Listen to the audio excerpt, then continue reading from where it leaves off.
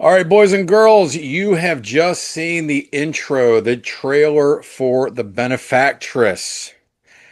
With me tonight is filmmaker, writer, director, star of The Benefactress, an exposure of cinematic freedom, Mr. Guerilla Metropolitana. Friend of mine for about a year now. He has shared with me his life, his media, and I am grateful to have him with me tonight.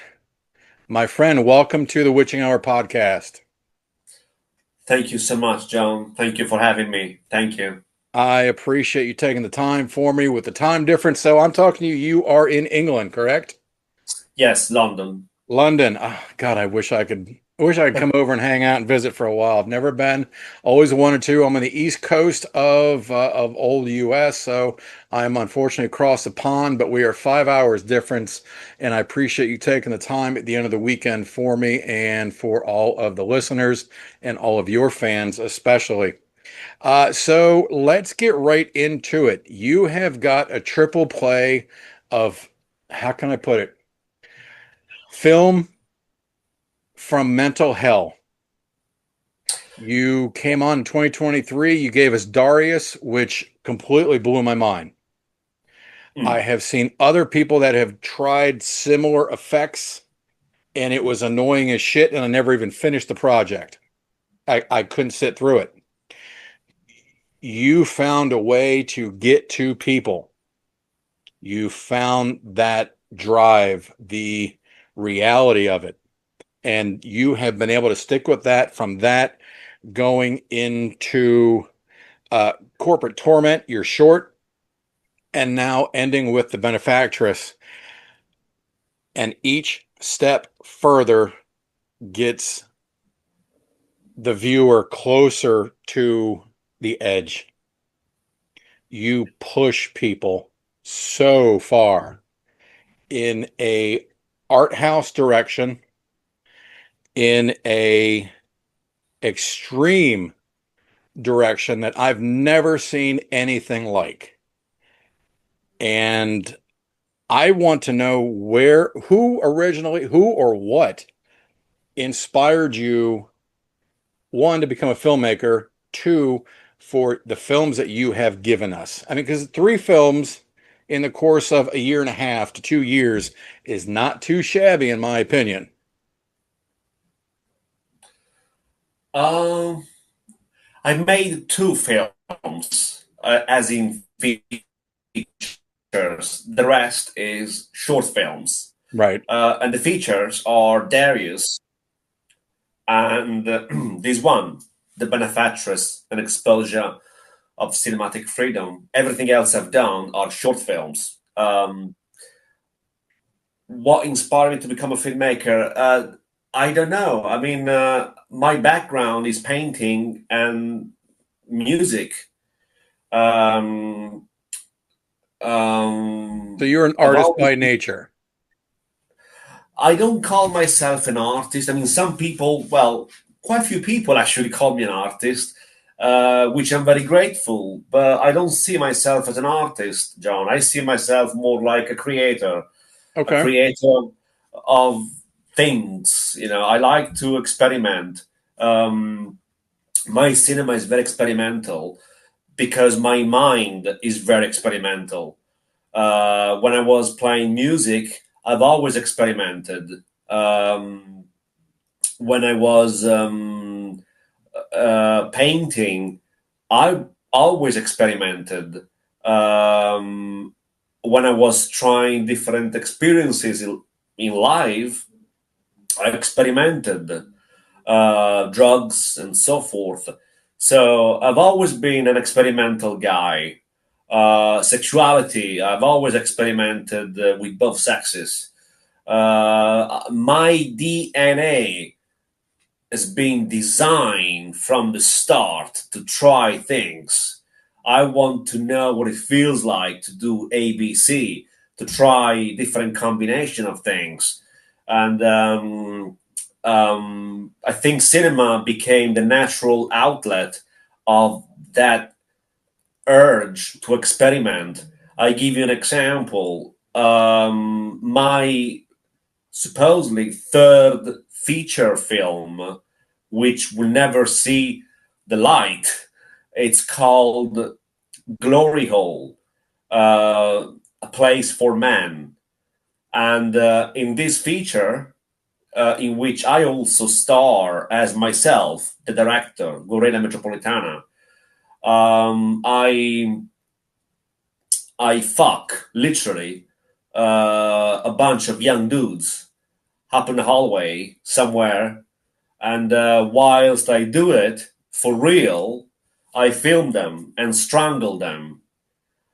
So the whole film was going to be one shot, one long shot of fucking, strangling, filming, but one after the other, almost like a human centipede of young guys bent over, fucked over every one of them by me as I kill them in one long shot. No story, no character development. The whole film was going to be that 1 hour and 5 minutes or whatever it was, just that. You might want to ask, what kind of film is that? The answer is to experiment and to put the viewer in a place of what it feels like to commit a murder after gay sex in a dirty, stinking hole somewhere in the suburbs of London. That's the film.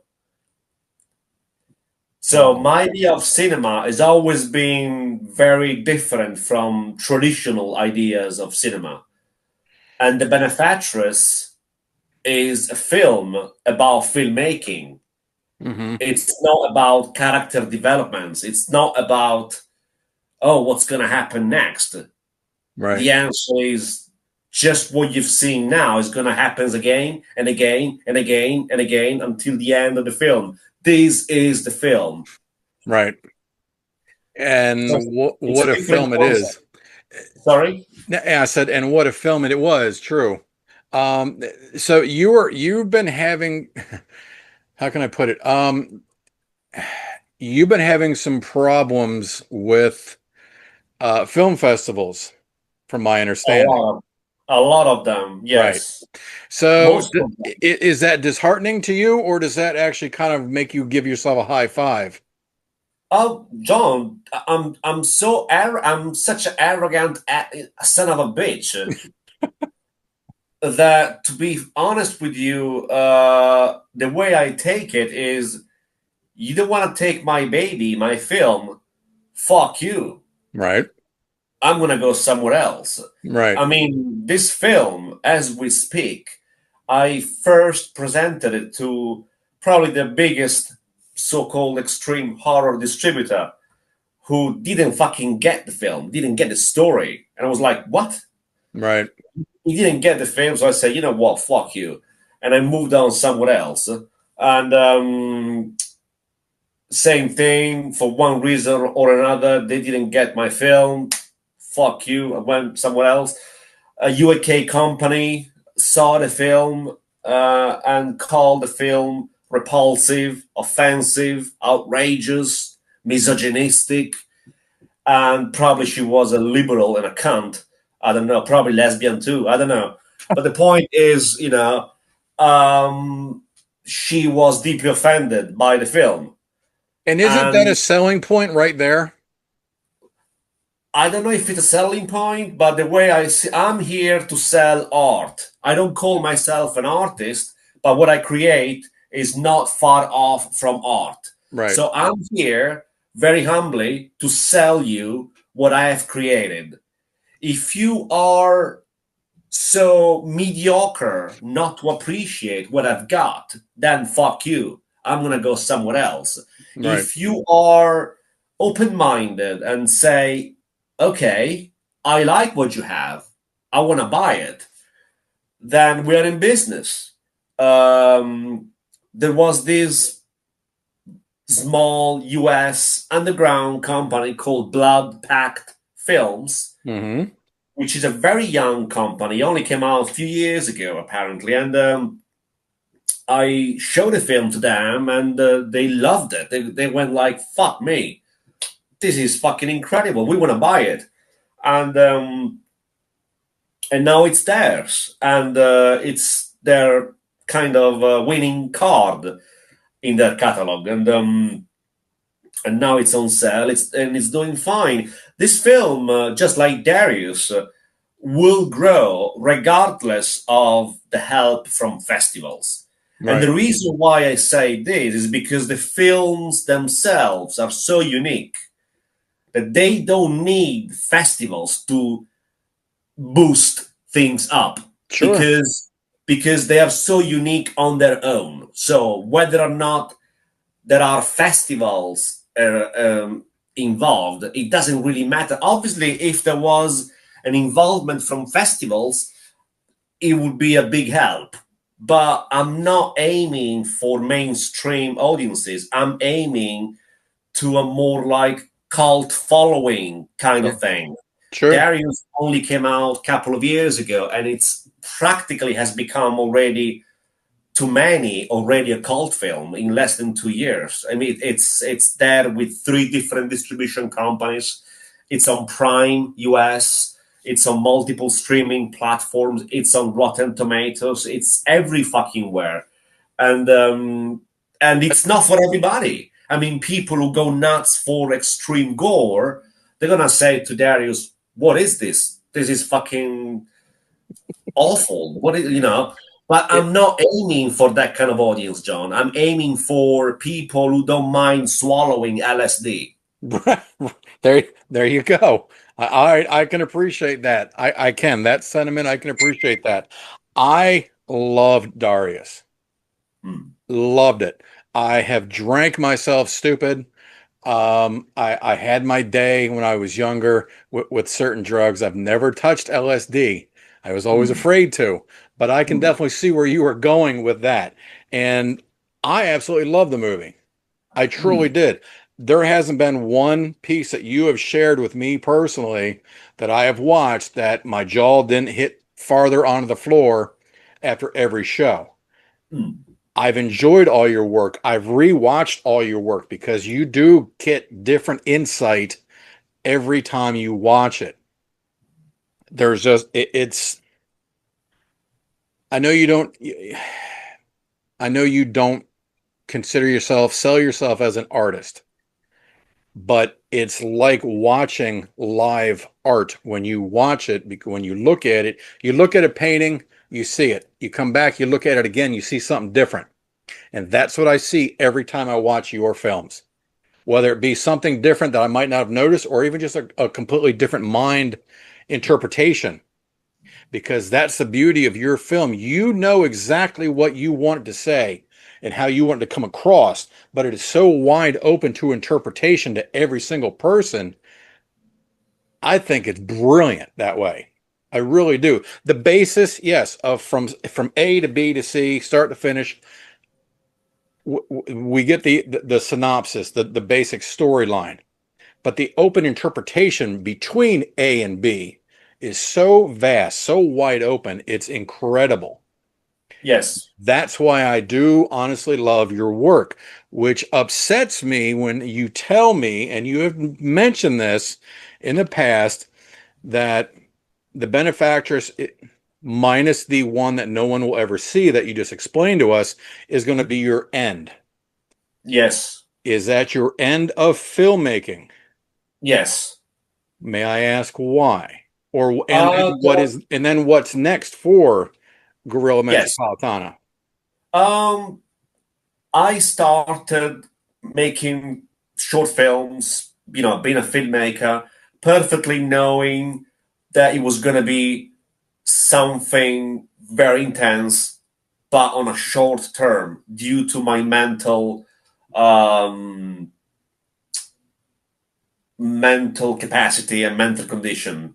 In other words, I am very OCD, Okay, and that can be seen in my work. sure, The attention for details, the paranoia for details. right. I am a perfectionist to the point of clinical alarm bell. You know, when I edit a film, I can spend weeks for a, a 1 minute scene, just editing for Right. that 1 minute scene. Um, the reason why I'm quitting is to preserve whatever is left of my so-called sanity. Okay. So that's the main reason. The second reason is to preserve artistic purity, meaning to stop after two feature films that represents in full my essence as a filmmaker. Thank you. Dariuss and the Benefactress, and without the risk to corrupt myself by dropping the standards. Right. So, in other way, basically, is a very proud, arrogant way to say, I want to crystallize myself right now with these two films. So I will be remembered with these two only, Better rather than making other six or seven or eight and then dropping the standards. better to Because be remembered now than fade away. Exactly. yes, that's the way my brain operates. No, and I can appreciate that. And as a, I'm not a filmmaker, but I am a film lover, and I can Yeah, have, I will tell you, I have the utmost respect for that because yeah, there are so many filmmakers, they just keep going and keep going and keep going, and you loved what they had, you loved yeah, what they were, and yeah. then they just keep burning out and burning out and burning out and burning out to the point where you don't even care anymore. That, Exactly. Yeah, and that's very upsetting. yeah, And they're nowhere to be found anymore. yeah, And you have made your mark, you've hit, and now you're on to another project or something yeah, different. Which, yeah. of course, what would be your next venture then? The next would be what it's always been from some time, which is experimental photography. Okay. So going around, looking for places and experiment that language, that form of art. Um, but this time, do it privately, not open to the public. So cinema, filmmaking was to the public. This would be just for me. And, so yeah, experimental photography, and probably I will return at one point to painting. At one Okay. point, erotic painting, because that's what I always done primarily, erotic painting. Yeah, Well, that was what I definitely wanted to touch base on was that um, of your three projects that we have discussed here today, they are or definitely include very sexual undertones with them. yes. Has that ever been a problem in filmmaking for you or for your actors, actresses? No, I have not with the ones I chose. No, during the process with other candidates, yes. Okay. I had death threats from husbands who didn't want their wives to be in my films. Mm-hmm. I had the death threats from actresses who, for one reason or another, they decided they changed their mind.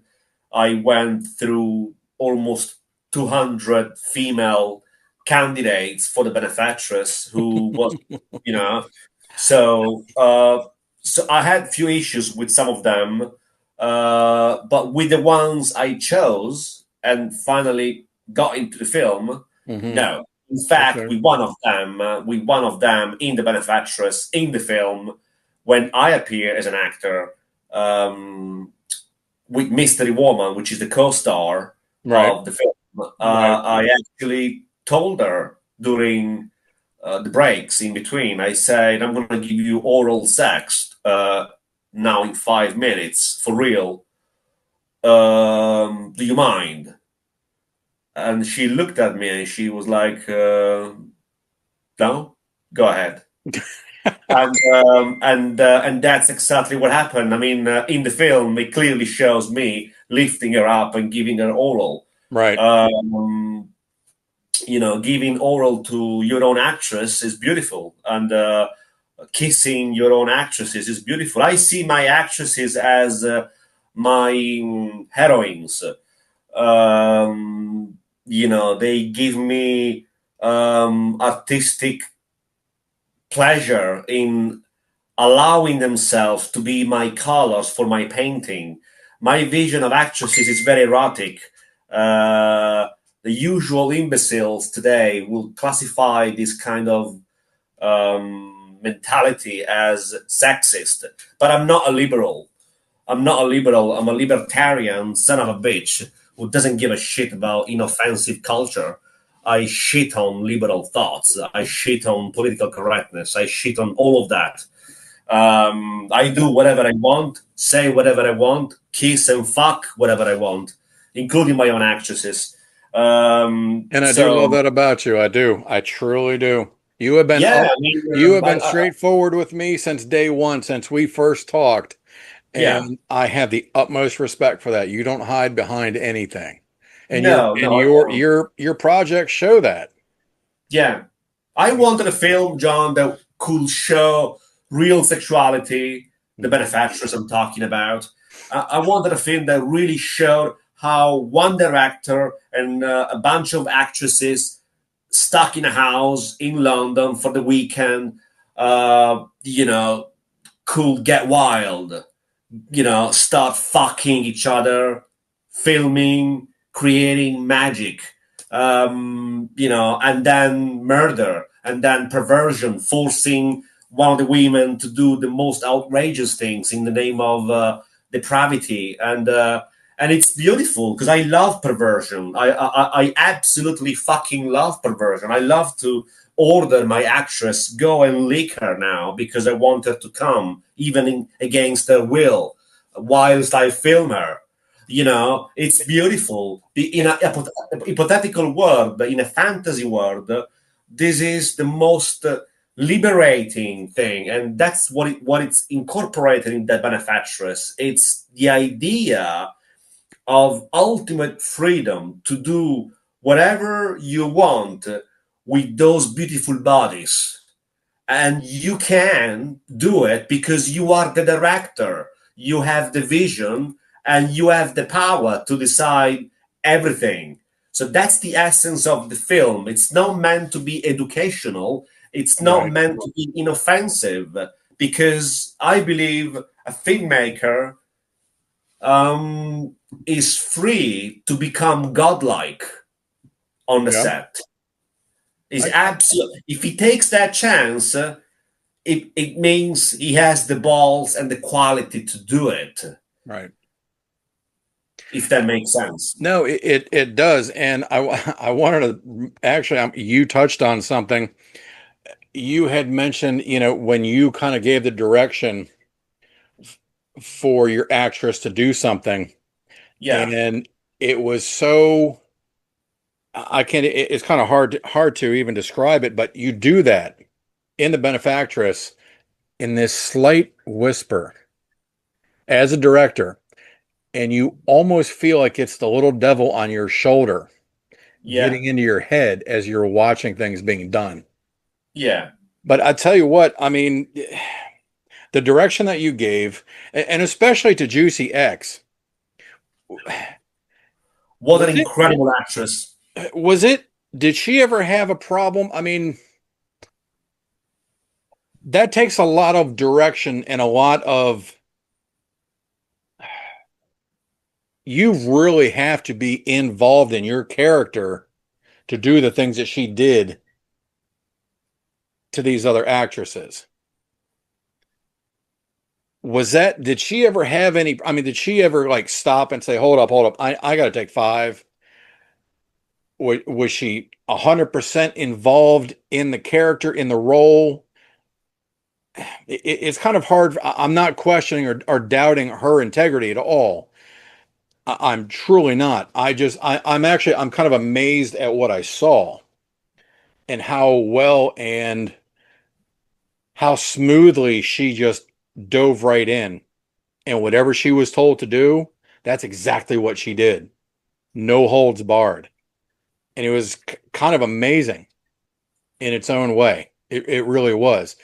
her character, in my opinion, she was kind of a dominatrix of sorts. And whatever she was told is exactly what she inflicted onto the other people. Yeah, And yeah. was really amazing to do while she's being watched, being told what to do. She's doing it. You're directing her as well on how to do it, and then also getting involved in it at certain points in times. And it was chaotic. It was erotic. It was just completely mind blowing. It really was. I commend you for that. The I truly. film, the film was originally planned. I wrote dozens of pages of drafts, Hmm. which I kept safe for the day of shooting.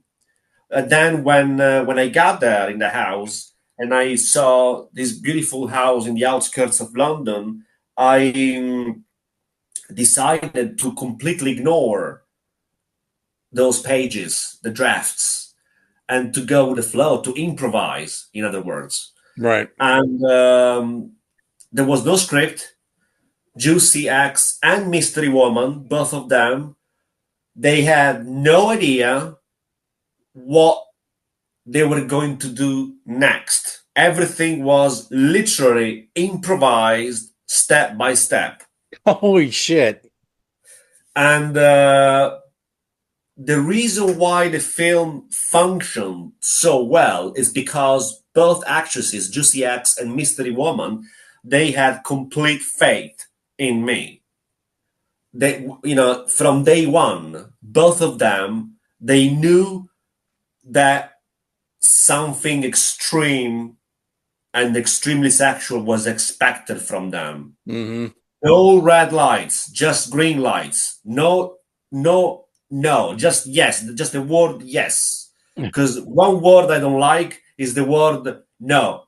I don't like that word. I only want to hear the word yes. Yes, I do it. Yes, yes, yes. There's no. There's only yes with me.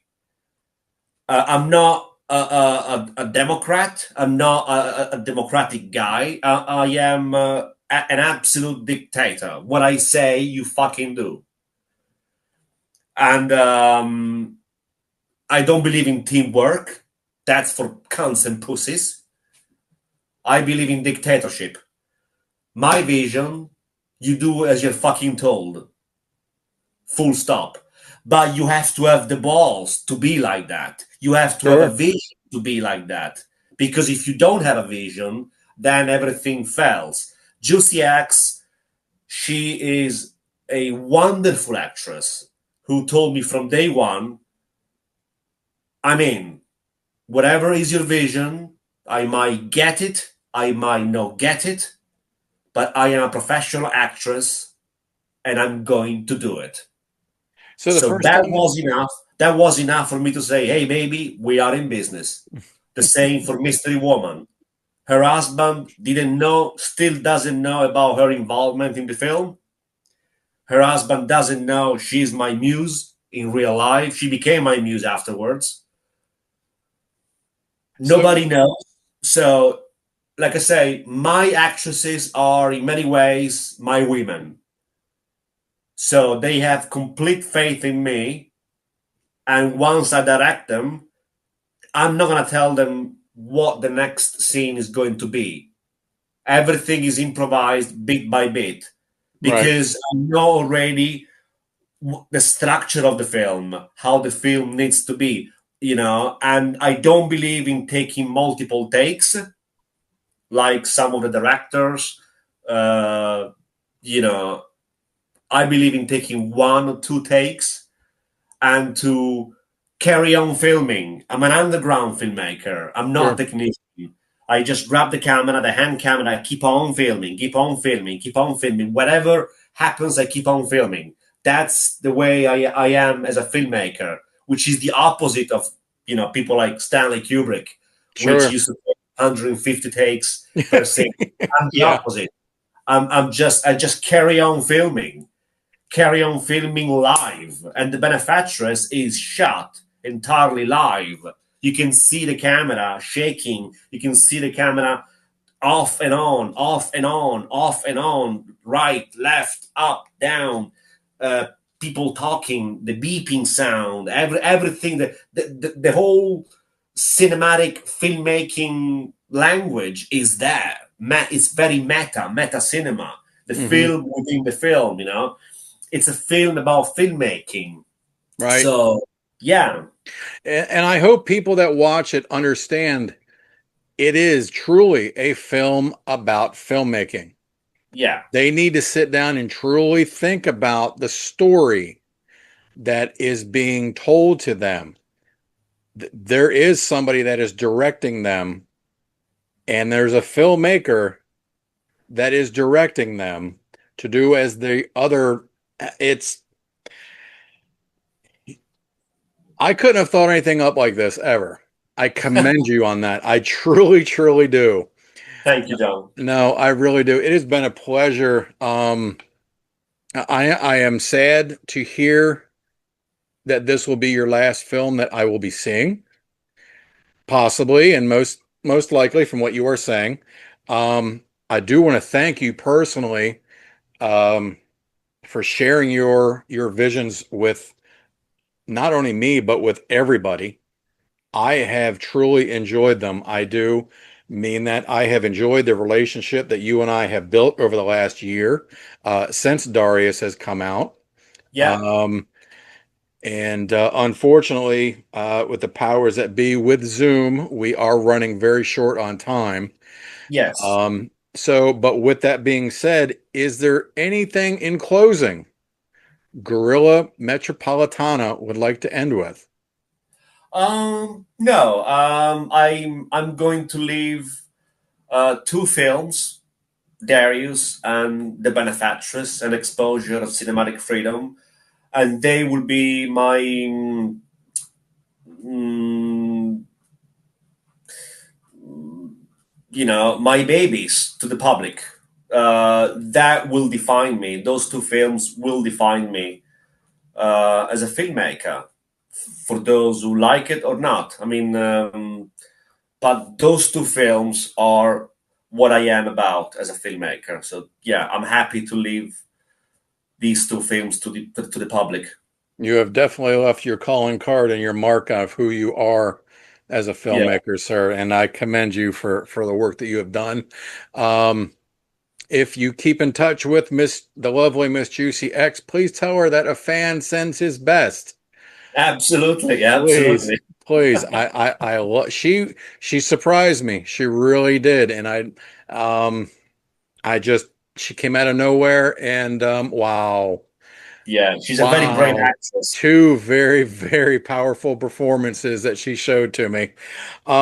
Boys and girls, you will be able to find, if you're interested in the film, I'm definitely going to have the link underneath here on YouTube for your ordering pleasures for Blood Pact Films.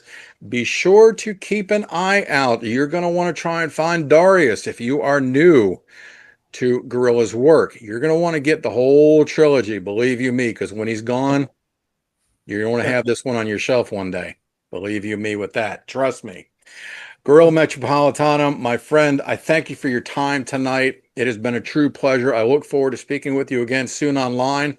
Boys and girls, John with the Witching Hour podcast, thank you for showing up. Thank you for sticking around and dealing with this ugly mug yet again. I will talk to all you guys real soon. And as always, please remember, keep it evil and hit the fucking subscribe button down below. Thanks, guys. Take care. Everyone, my best to everybody over across the pond. Gorilla, you take care. You too, buddy. Thanks, thanks.